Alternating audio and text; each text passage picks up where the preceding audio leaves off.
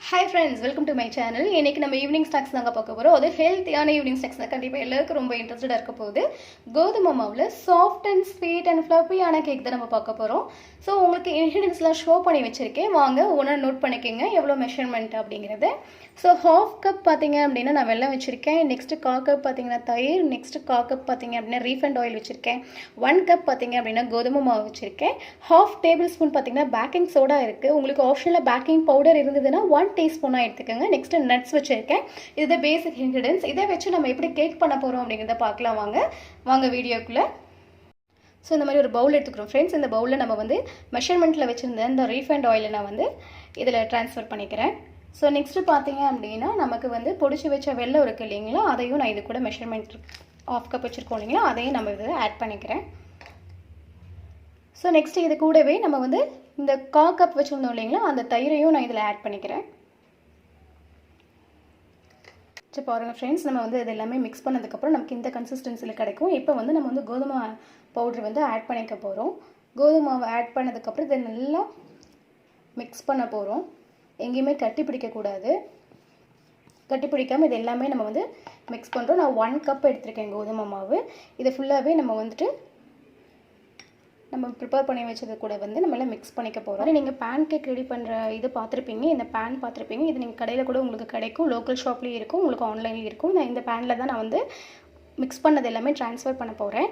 So அதுக்கு before நம்ம என்ன பண்ண போகிறோம் அப்படின்னா, இது எங்கேயுமே வந்து ஒட்டாமல் இருக்கணுங்கிறதுக்காக நான் இந்த மாதிரி வந்து ஆயிலை வந்து ஸ்ப்ரெட் பண்ணிக்க போகிறேன் பேன் ஃபுல்லாகவே. இது ரொம்ப சீப்பாகவும் கிடைக்குங்க. உங்களுக்கு வந்து சைஸ் வைஸ் டிஃபர் ஆகும். ரேட் எல்லாம் பார்த்தீங்க அப்படின்னா உங்களுக்கு ஷேஃபும் மாறும். நான் இன்றைக்கி வந்து ரவுண்ட் ஷேப் வச்சுருக்கேன். உங்களுக்கு ஹார்ட் இன் ஷேஃபு இல்லை பட்டர்ஃப்ளை ஷேஃபு உங்களுக்கு எந்த மாதிரி வேணுமோ நீங்கள் அந்த மாதிரி நீங்கள் பர்ச்சேஸ் பண்ணிக்கலாம். இப்போ இந்த பேனில் பார்த்தீங்க அப்படின்னா நான் வந்து ஃபுல்லாகவே ஆயில் அப்ளை பண்ணிட்டேன். உங்களுக்கு எந்த அளவுக்கு ஆயில் வேணுமோ அந்தளவுக்கு நீட்டாக இருக்கும், எதுவும் ஒட்டாது. பாருங்கள் எந்தளவுக்கு நான் ஆயில் வந்து ஃபுல்லாகவே அப்ளை பண்ணியிருக்கேங்கிறது பாருங்கள். நமக்கு இந்த கன்சிஸ்டன்சியில் இருக்கணும். நான் வந்து பேக்கிங் சோடாவே ஆட் பண்ணிட்டேன். இப்போ இது கூட நம்ம நட்ஸை ஆட் பண்ண போகிறோங்க. நட்ஸை ஆட் பண்ணதுக்கு பிஃபோர் நான் வந்துட்டு இந்த மாதிரி நட்ஸில் கொஞ்சம் கோதுமை பவுடரை மிக்ஸ் பண்ணிக்கிறேன். ஏன்னா நமக்கு வந்து கோதுமை பவுடரை மிக்ஸ் பண்ணும்போது ஒன்றோட ஒன்று இந்த நட்ஸ் ஒட்டாது. நமக்கு வந்து அதில் போடும்போது ரொம்ப ஈஸியாக ஒட்டாமல் எல்லா பக்கமும் இது போகிற மாதிரி இருக்கும்.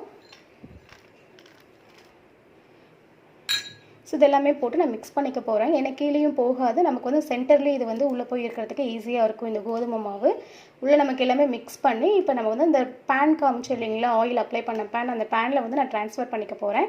ட்ரான்ஸ்ஃபர் பண்ணிவிட்டு நம்ம வந்து மைக்ரோ ஓவனில் வைக்க போகிறோம் ஃப்ரெண்ட்ஸ். வாங்க பார்க்கலாம் என்னன்ட்டு.